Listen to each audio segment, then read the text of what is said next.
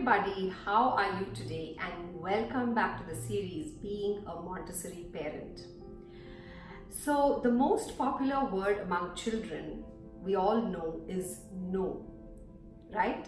What is the next most popular word? Yeah, I think you guessed right, and that is the question why. Our children ask us the question why so many times in our interactions with them. Typically, we respond to this question why in three different ways. The first one is when we are tired, or maybe when we don't have time, we say, because I say so. And what happens when we do this? We are immediately putting the child on the defensive, and so the child is going to say, no, I don't want to do it, and there starts the battle. The second way of responding is we start reasoning because we've heard somewhere that we need to tell our children everything. We sit and reason and reason and reason, and finally the whys don't stop and you don't have any reasons left, and so the volcano erupts. So in the case of I say so, the child becomes defensive. In the case of reasoning and reasoning and reasoning, the adult becomes a volcano and erupts. The other way is sometimes when our children ask us questions, immediately we take it very personally. One thing is maybe we don't know the answer, or we feel that the child is questioning our knowledge. So let's try to understand the nature of this why and how we can make it most beneficial to the child. The one thing that you need to consider is the age of the child. I think the why that is asked is very different for a 3 to 6 year old and for a 6 to 12 year old. The why that is asked for a 3 to 6 year old is generally a why. It means why do I have to do it? They're not asking you anything more than why do I really need to do it? For example, if you say brush your teeth, and the question will be why? And at this point, if you're going to start reasoning, it's not going to work because the child's cognitive ability is not ready for the comprehension of this reasoning that you are doing.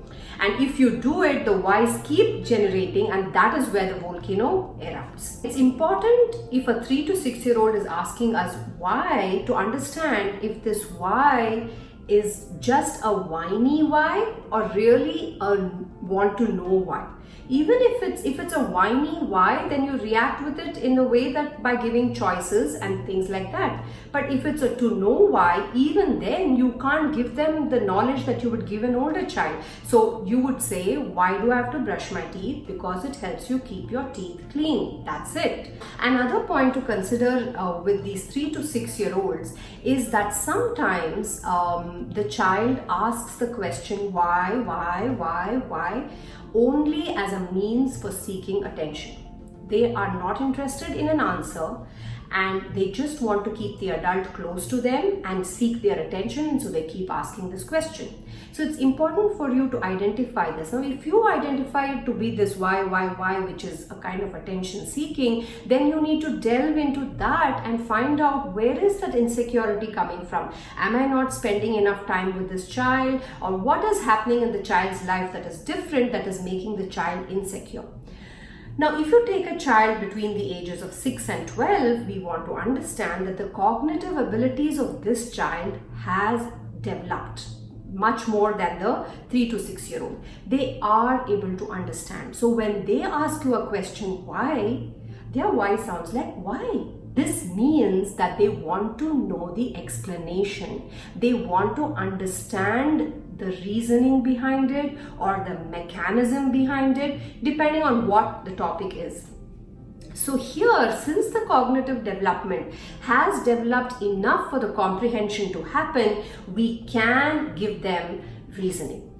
So this is a brief idea as to what the question why means to a 3 to 6 year old and what it means to a 6 to 12 year old or even older children than that. Definitely older children are ready for the reasoning because they are able to comprehend and they have this keen interest to know. As an adult who would like to facilitate the learning process, we would have to look at these questions that are arising from our children in the right perspective and use them as portals for learning.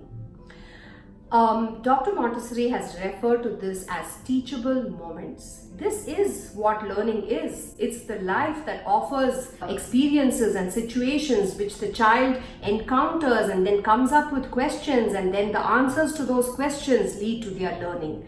So it is very, very crucial for us to address this why in the right spirit and with respect and enthusiasm.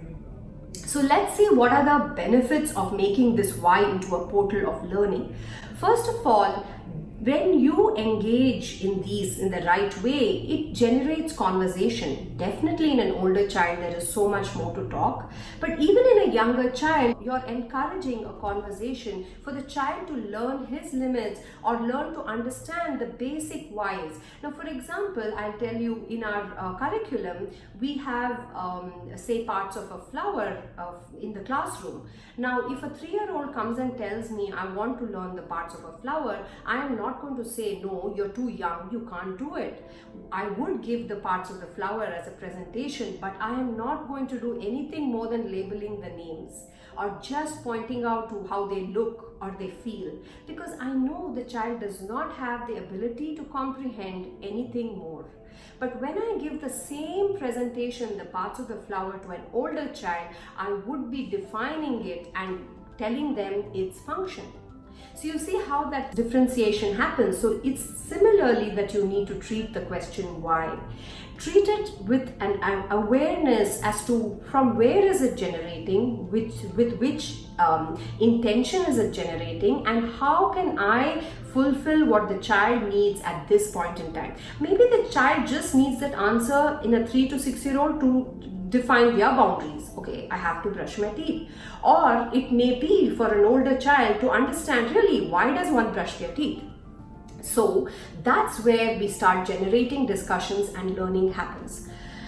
Definitely, it's a very good idea to encourage research, because you know what? We don't know everything. We don't have answers to all the questions that our children ask us. Say that I don't know and let's find out, and then show them where is it that they can find the answer to these questions. There are a lot of spiritual questions that are arising in the child's mind too, you know, as they grow older. Who am I? Where did I come from? What is this world? And everything. So we don't, in fact, these questions, even we don't have answers. We are still finding it out. So where can they find it? How can they find it? So encouraging research is another keen way to make this why into a portal of learning.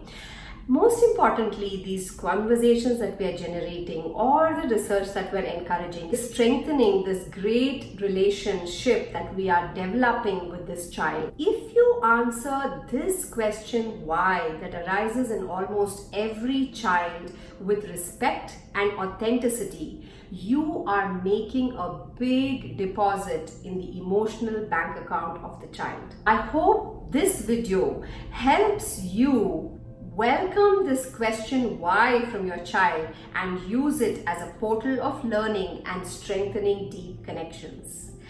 So if you just liked what you heard, please do press subscribe.